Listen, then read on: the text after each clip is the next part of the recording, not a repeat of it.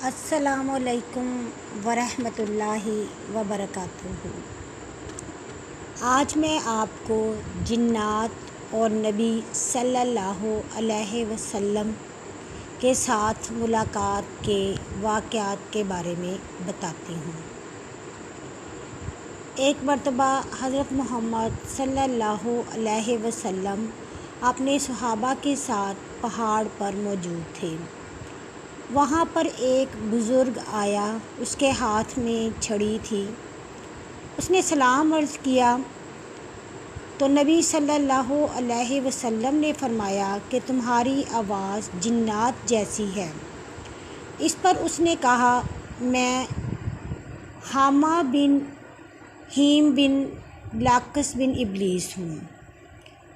میں 2 پشتوں پہلے کی نسل میں ابلیس سے تعلق رکھتا ہوں، اس کی پشت میں سے ہوں۔ نبی صلی اللہ علیہ وسلم نے ان سے پوچھا کہ تمہاری عمر کتنی ہے اور دنیا میں ذرا اس کا کچھ حساب بتاؤ۔ تو اس پر اس جن نے کہا کہ جب قابیل نے حضرت حابیل علیہ السلام کو شہید کیا، میں اس وقت چھوٹا بچہ تھا۔ میں دنیا میں ادھر ادھر دوڑتا پھرتا تھا، لوگوں کے دلوں میں غلط فہمی ڈالتا تھا۔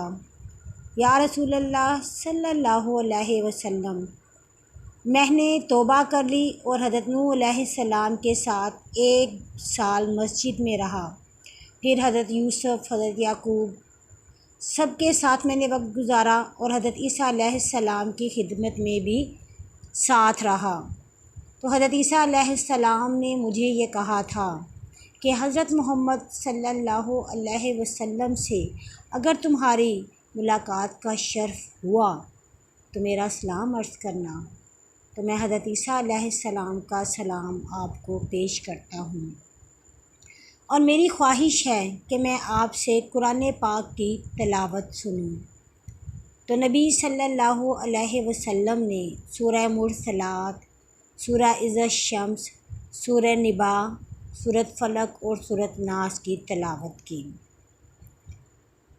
اور نبی صلی اللہ علیہ وسلم نے اسے یہ کہا کہ اگر تمہیں کبھی کسی چیز کی ضرورت ہو تو میرے پاس آ جانا۔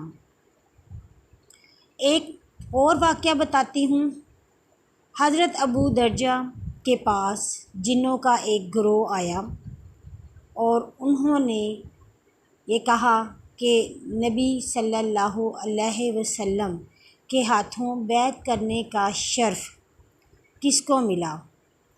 اس پر ابو درجہ نے کہا کہ میں تمہیں ایک وہ بات بتاتا ہوں جو میں نے خود دیکھی اور خود محسوس کی۔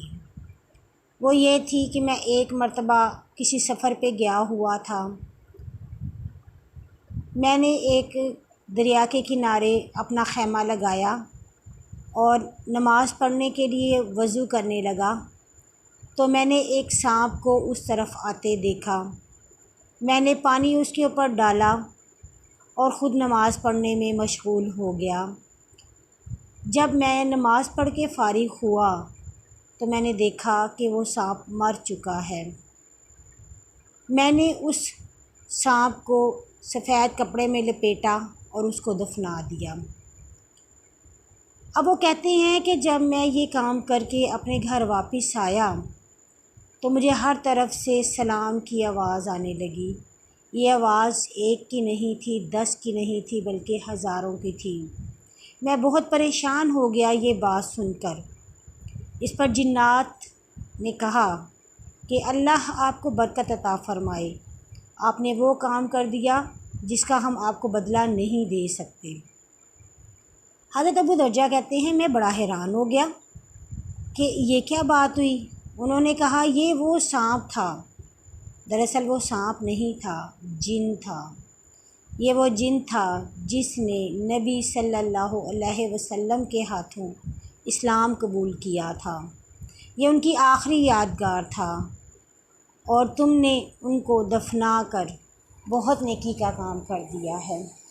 تو جو جنات ہوتے ہیں یہ اللہ کی مخلوق ہیں، انہوں نے یہ دعا مانگی تھی کہ ہمیں کوئی نہ دیکھ سکے لیکن ہم سب کو دیکھ سکیں۔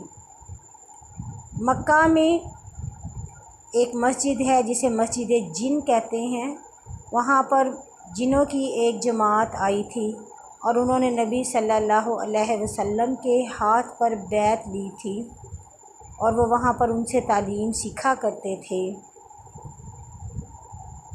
ان میں نیک بھی ہیں اور بد بھی ہیں، جیسے کہ ہم انسانوں میں نیک بھی ہیں اور بد بھی ہیں۔